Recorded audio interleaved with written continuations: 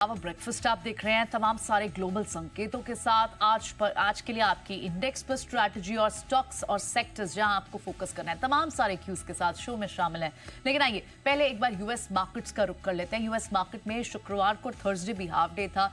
कल बाजार खुले और किस तरह से खुले, थोड़ा दबाव दिखाई दिया। नेहा बताएंगी क्यों दबाव हुआ, और ट्रंप का भी बहुत सारा जो एक्शन है उन सब पर भी थोड़ी सी डिटेल्स हमें शेयर करेंगे। नेहा, मॉर्निंग का 1.5 दिन के बाद खुले, उनके तो 3.5 दिन की छुट्टी थी उनकी। हाँ, लॉन्ग वीकेंड हो गया, 3 दिन फ्राइडे को काउंट करके, और थर्सडे को भी जल्दी बंद हुए थे।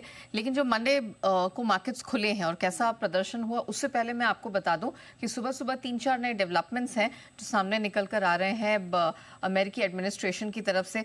सबसे पहले तो यहाँ पर हमने देखा है कि ट्रंप ने Japan, Korea, south Korea, Bangladesh, दक्षिण अफ्रीका समेत जो 14 देश हैं उन पर नए ऊंचे टैरिफ लगा दिए हैं। 25 से 40% के बीच में टैरिफ लगाए गए हैं। 25 साउथ कोरिया और जापान पर लगाए हैं, और अलग अलग देशों पर भी ऊंचे टैरिफ लगाए गए हैं।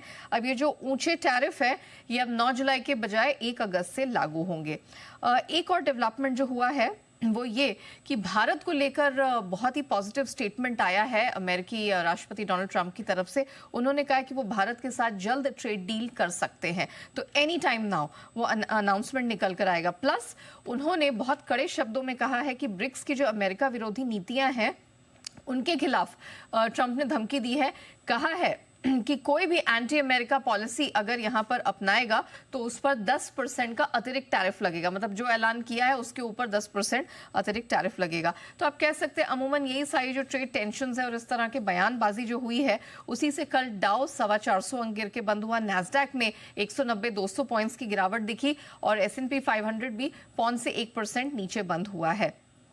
अब आगे यहाँ पर बुधवार को यानी कि कल FOMC की जो मीटिंग है उसके मिनट्स जारी होंगे। चीन के महंगाई और PPI के आंकड़े हैं उस पर भी नजर रहने वाली है। डॉलर इंडेक्स 97 के इर्द गिर्द सुस्त है। कच्चा तेल 2% थोड़ा सा कल चढ़ने में कामयाब रहा। हालांकि आज सुबह हमने फिर से देखा है 0.1% की सुस्ती देखने को मिल रही है।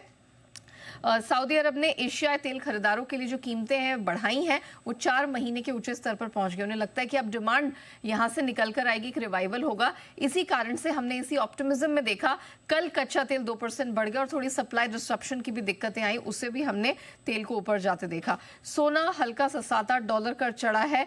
चांदी में 5 दिनों की तेजी पर ब्रेक लगता हुआ देखा। 14 साल की ऊंचाई से थोड़ा खिसक के नीचे आई है, $37 के नीचे। और मेटल्स में हमने फिर सुस्ती बनते हुए देखी है। LME कॉपर लगातार तीसरे दिन नीचे बंद हुआ है। तो अब पूरी नजर यहां पर ट्रेड टैरिफ से जुड़ी बयानों पर लगी हुई है। ऑफ कोर्स भारत देखना चाहेगा कि कैसी डील का ऐलान होता है। चलिए ठीक है, बिल्कुल।